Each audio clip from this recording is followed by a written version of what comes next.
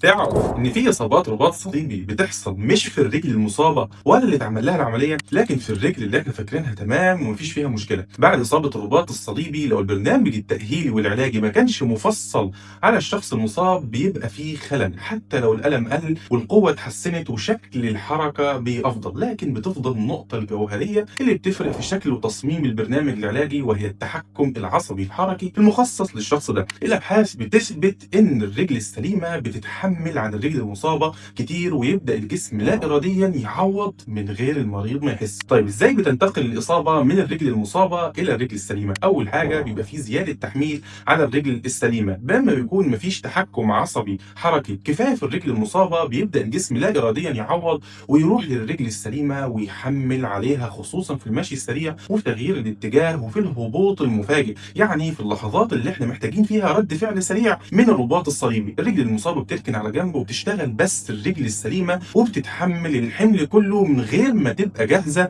انها تتحمل وزن الجسم كامل. وهنا بتتحول الرجل السليمه من مجرد حاجه داعمه الى ضحيه تحميل زائد. تاني حاجه بتحصل خلل في توقيت العضلات، يعني بيبقى في استجابه متاخره من العضلات الواقيه للركبه تحديدا في الرجل المصابه، وبتبدا عضلات الرجل السليمه هي اللي تشيل الحمل كله من غير برضه ما تبقى مستعده. المشكله دي مش بتبان في الجيم ولا في اختبارات القوه العاديه، لكن بتظهر في لحظه تحميل مفاجئ بشكل غير متوقع. امتى الحمل الزياده ده يبقى اصابه مؤكده، وازاي نحمي الرجل السليمه قبل ما تقع؟ ده اللي هنعرفه مع بعض ان شاء الله خلال الفيديو اللي جاي.